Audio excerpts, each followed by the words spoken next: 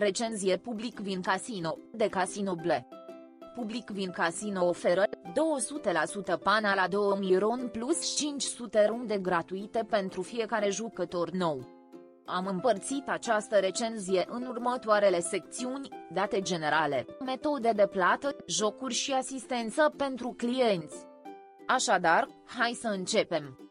Secțiunea 1, date generale.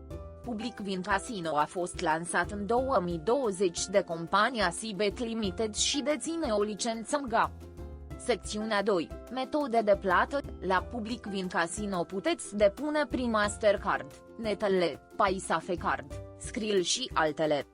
Suma minimă de depunere la Public Win Casino este de doar 50 lei. Iar suma minimă de retragere este de 50 lei. Suma maximă de retragere este de 0 lei. Retragerile sunt de obicei aprobate în 24 ore, dacă contul dumneavoastră este verificat. Secțiunea 3, jocuri. Public Win Casino oferă diverse opțiuni de jocuri de noroc, cum ar fi sloturi, ruletă, baccarat și altele.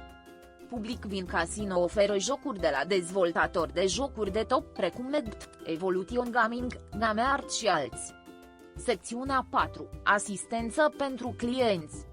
La Public Win Casino puteți contacta serviciul de asistență pentru clienți prin e-mail, telefon sau chat live.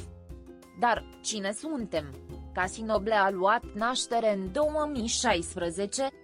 Suntem 4 pasionați de jocuri de noroc, fiecare având interese foarte specifice în jocurile de noroc.